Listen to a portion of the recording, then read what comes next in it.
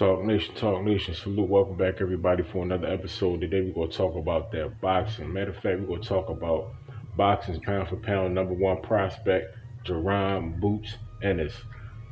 I've been telling y'all for a long time, man, Jaron Ennis is a problem. And not only just because we both from Philly, which breeds some of the best fighters in the world. Shout out to Danny Garcia on his upcoming title fight with Errol the Truth Spence Jr.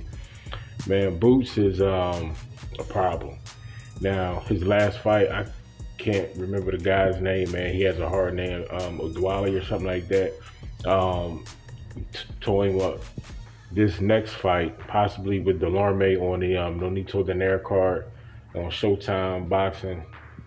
Check it out. I think Boots gonna stop him. You know what I mean? Because Boots is on a mission for the top 5 pound for pound welterweights in the game. He wants that spot.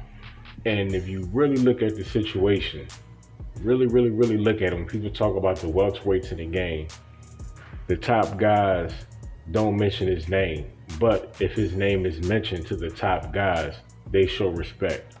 Now, what that tells me is they see this young kid as a problem.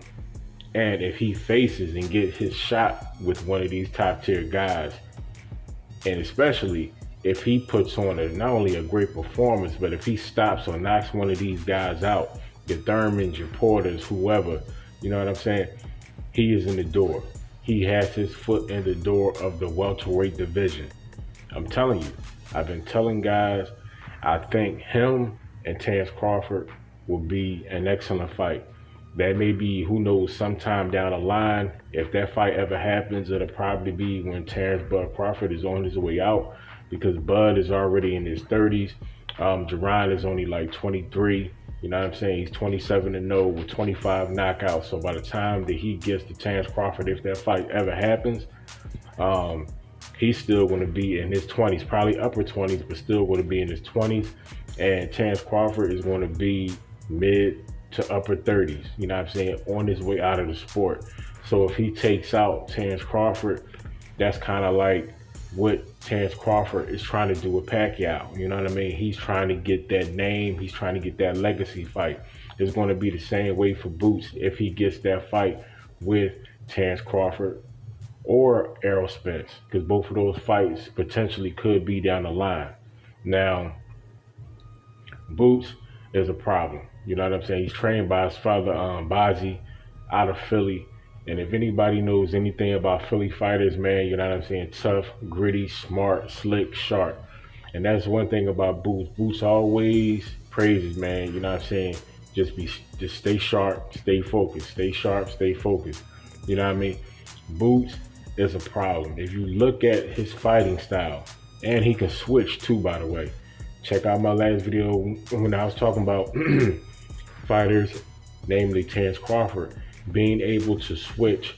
The ability, not only the ability, but the edge and the advantage that gives you, because your opponent, they may not know how to handle that, especially if you switch and it's not only seamless, but if you're effective in both stances, southpaw and orthodox. Boots is effective in both stances, southpaw and orthodox. That's why him and Terrence Crawford would be such a lovely fight. Because see, if Terrence Crawford tries to switch it up on Boots, Boots can just switch it up right with him. And not only he can switch it up, but he can be effective. So it's like that fight is so, to me, intriguing on so many levels. And in the sport of boxing, they're going to always say, okay, well, he hasn't made it up that ladder, quote unquote, yet. And see, that's what hurts the sport. That's what hurts, in my opinion, a lot of these fighters' legacies. They get too caught up in the checks. That's what Floyd Mayweather did to the game. You know what I'm saying? He got everybody thinking about money opposed to performance. You know what I'm saying? Boots is one of those throwback fighters. You know what I'm saying? Something like Terrence Crawford, but I think Boots is a little bit more throwback, more so than Bud. You know what I'm saying? Just because of, I'm sorry, where he come from, the culture, his father, you know what I'm saying? His brothers used to box, you know what I'm saying?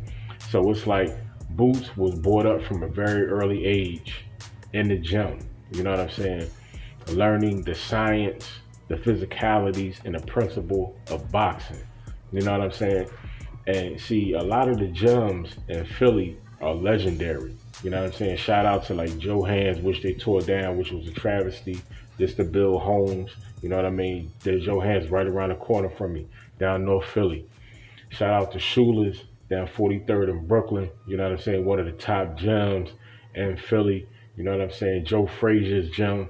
You know what I mean? Philly has so many gyms, so many legendary gyms. It's not even funny. That's why, as they say, put the guns down, man, pick the gloves up, learn how to fight. You know what I'm saying? It ain't nothing wrong with, you know what I'm saying, arming yourself. But the first thing a man should know how to do is hold his hands and know how to throw them bad boys. You dig what I'm saying? That's how I was taught. You know what I'm saying? That's how I was raised. And as I got older, I pretty much never stopped. You know what I'm saying? I still practice to this day. You know what I'm saying? I went to Shula's down 43rd in Brooklyn. My pop took me there a long time ago. Met Bus and his nephew. His nephew was a young boy at the time, but his nephew was sharp. You know what I'm saying? Chick I used to date, her brother. You know what I'm saying? He used to also box and train out of that gym. So it's like, if you ever learn how to box, that's something that you don't forget. As they say, it's like riding a bike. And especially if you truly are a fighter, you will always keep yourself not only in some kind of shape, but you will always keep yourself in some type of shape that you can knock somebody out. That's one thing that I learned. So whether you're working on your foot drills, you know what I'm saying, making sure, you know what I'm saying, you're just doing drills, period, shadow boxing. And I think the older you get, I think especially footwork, things like that, I think that you should always maintain and work on those drills, because when you get older, what's one of the things that go? Your coordination, you know what I'm saying, your mobility. So working on these things and always honing this skill and honing that talent, it will forever keep you sharp, man. You know what I'm saying? So take it from your boy. If you never knew how to box, but you're a fight fan, man, go take a couple of classes somewhere. You know what I'm saying? Learn the basics. You don't have to go out there and try to be golden gloves or try to fight professionally. No, you can learn the basics, learn some drills, and like I said, it's not only good for overall health, but also your defense. I'm telling you, it's nothing like punching somebody in their mouth. And I didn't mean to sound violent, you know what I'm saying? But it's something rewarding about it. You know what I'm saying? When you punch somebody in their mouth, especially somebody who is running their mouth, and you see their face like, what? Like you just got hit by a truck. There's nothing like it. You know what I'm saying? So trust me, go to the gym, learn how to box. But Boots, this fight with Delorme, possibly, you know what I mean? This is going to be, I ain't gonna say easy work, because like I said, you never count nobody out in boxing. It only takes one punch to change the course of the fight. So I'm not gonna say Boots is gonna go in there and do this, go in there and do that, but I do know one thing. Boots is gonna go in there and put on the show. You know what I'm saying? Now you have to see the fight to see how things turn out. But but if you're looking at both fighters, especially if you're looking at their skill level, Boots is probably the more skillful boxer of the two. And he's young. You know what I mean? So his ceiling is still high. And Boots is a gym rat, man. He's always in the gym. And his pop is always on his heels. And the rest of the fighters they got in the stable. You know what I'm saying? Making sure these guys are training, especially in these days of the Rona. You know what I'm saying? Making sure these guys are training, they're active, they still getting out there, getting it in. And the old school methods that Boots and his father Bozzy that they use, you know what I'm saying? Like, I'm sorry, man, old school is the best school, man. Ain't nothing wrong with new age like technology and techniques and stuff like that. But the old techniques, man, you know what I'm saying? You know what I'm saying? Chopping wood, you know what I'm saying? Beating tires with, you know what I'm saying, a sledgehammer, you know what I'm saying?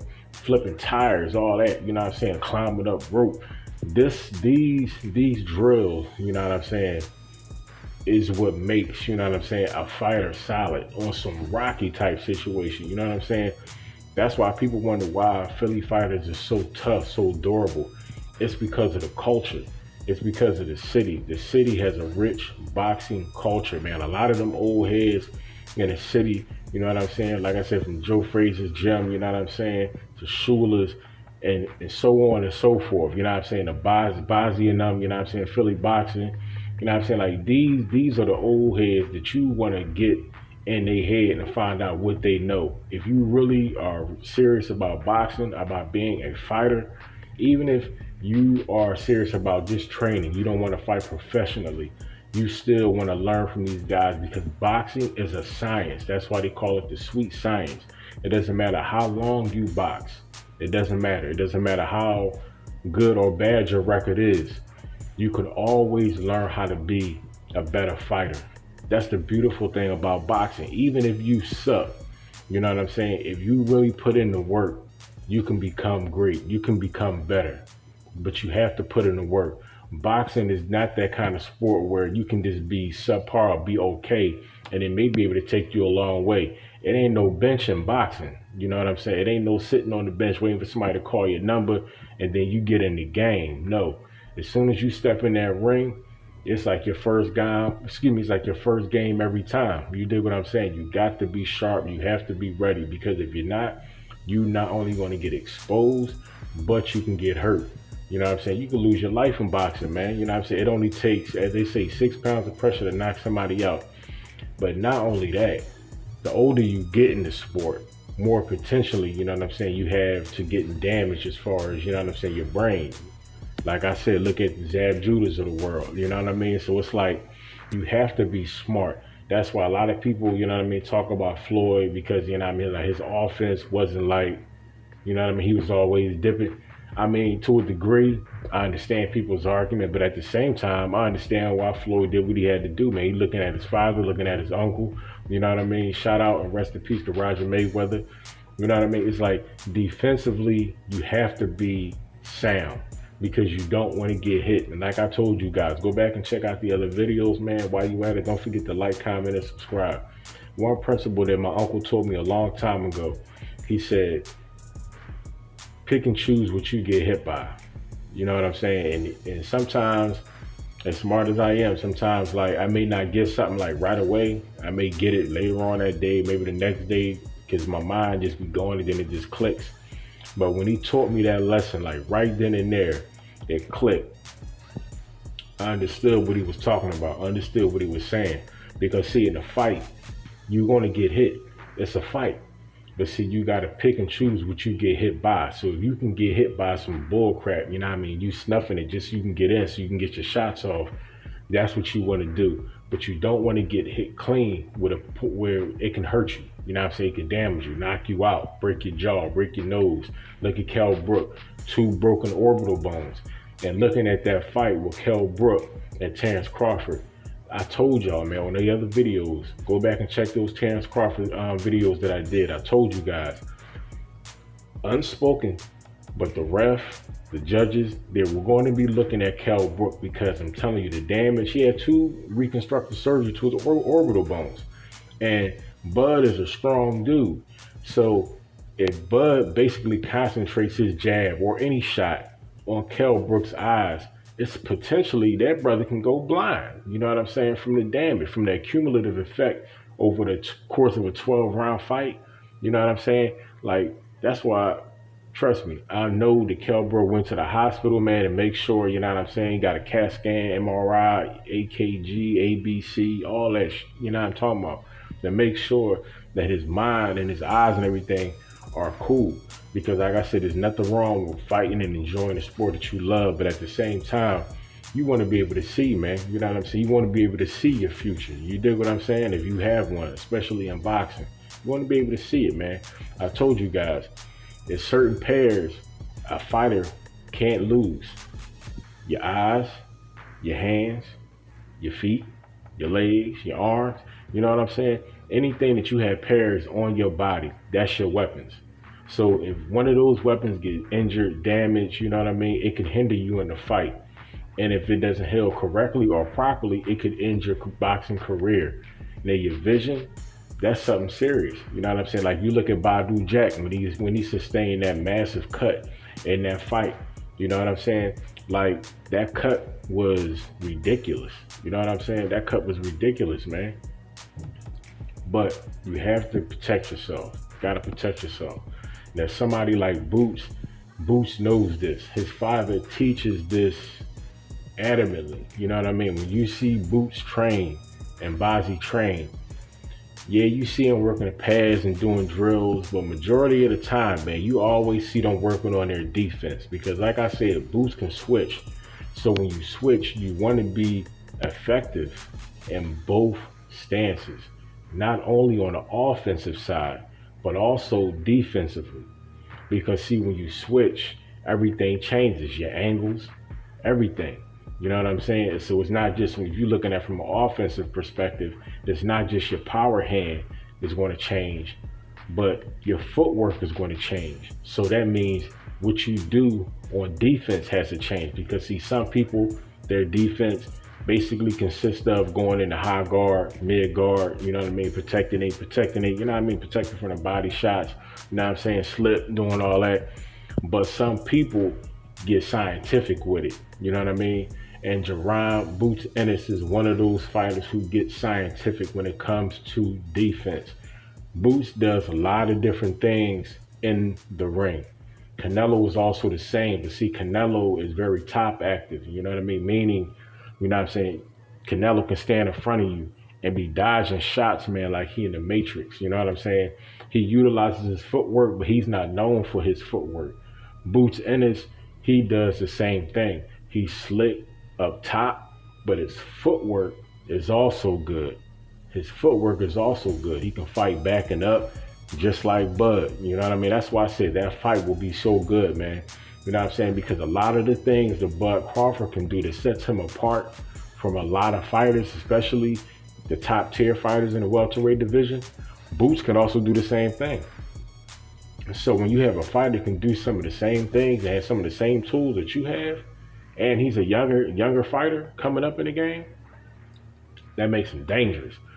And see, Bud knows this. But like I said, they're not going to come out and sit up here and say, you know what, yeah, I mean, he's a prospect, but he really should be looked at like he should be top 10, top 15. You know what I mean? They're not going to say that.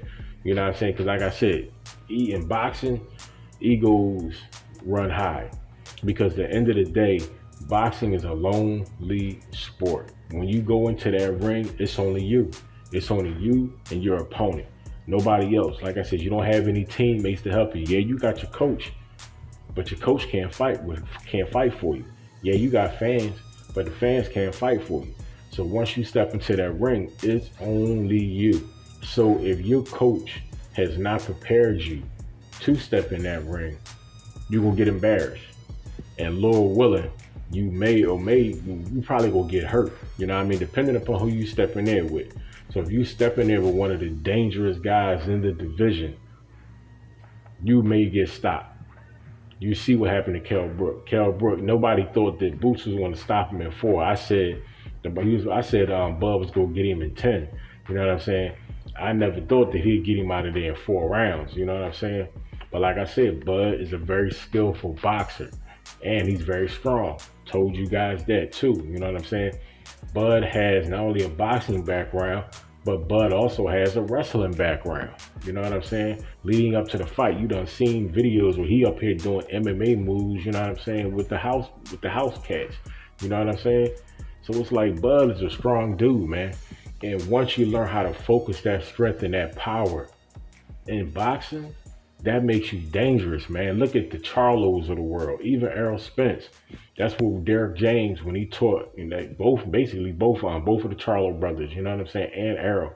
That's one of the things that he said that he taught them once he started coaching them, is how to sit down on your punches. It's one thing to throw a shot, but once you know how to throw a shot and you know how to put your weight behind it, that's what hurts people. That's what knocks people out. So when I practice, when I train, when I'm working out, when I'm at the crib, when I'm doing my drill shadow boxing, that's what I'm working on. My footwork and how I place my shots. I just don't want to throw a shot out there. No, if I throw a shot out there, I want to hurt you. I want to hurt you, period. That's one, take it back again to the lesson that my uncle taught me. See, in a fight, you never know somebody's intentions towards you. So therefore, when you fight a man, you make sure that you fight that man and you make sure that he won't be able to get back up. It may sound harsh, it may sound brutal, but think about it. I don't know if this man is trying to kill me. So therefore, I'm gonna make sure when I hit him, he going to sleep. Or I'm breaking something. You know what I'm saying? Or I'm cutting something. I want you to feel out from days or weeks down the line. I want you to know that I put hands on you. That's where I'm coming from. You know what I'm saying? But getting back to Bud, getting back to Boots, Boots is a problem. So like I said, December 19th, we're going to see a great fight from Boots. And this could possibly open up a door for Boots to get a higher echelon as far as opponent in a welterweight division. Who knows? You know what I'm saying? But like I said, he's 27-0 with 25 knockouts. He's going to get his shot. And once he gets his shot, I'm telling you, Boots will kick in the door. So it's going to be a great fight. It's going to be a great outing on December 19th for Jaron Boots Ennis. You know what I'm saying? So just wanted to touch on that real quick, man. Cause like I said, I gotta keep Boots, his name, you know what I mean, fresh in people's minds. Cause like I said, I support him. Even though he's from the city, he's still a great boxer. So it's like, it's a fan part of me, you know what I mean? But at the same time, as an analyst, you still got to respect both sides of the game. You dig what I'm saying? So like I said, whoever he fights, if it's like I said, it's Delorme, whomever, you better come ready. You better come ready. Because if there's one thing that I know about Boots, Boots is going to come in there ready and he's going to be sharp. And as they say, nobody gets paid for overtime. So it may not go 10 rounds. Think about it.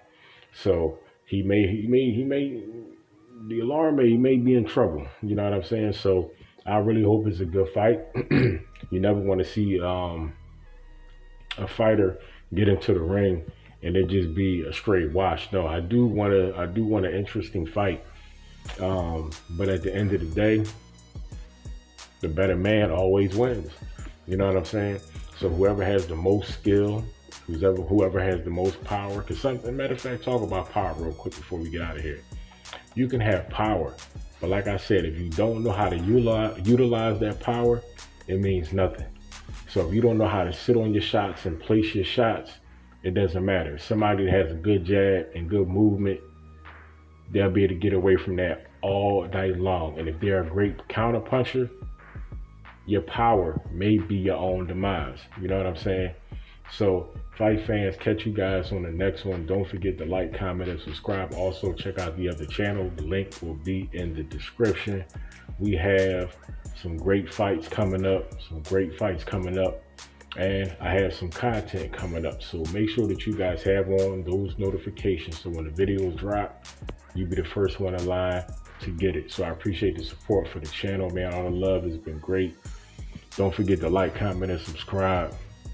Guard up, mask up, stay blessed, stay humble, stay motivated, and protect yourself at all times, ladies and gentlemen, because it's a war going on outside and ain't nobody safe from it. You dig what I'm saying?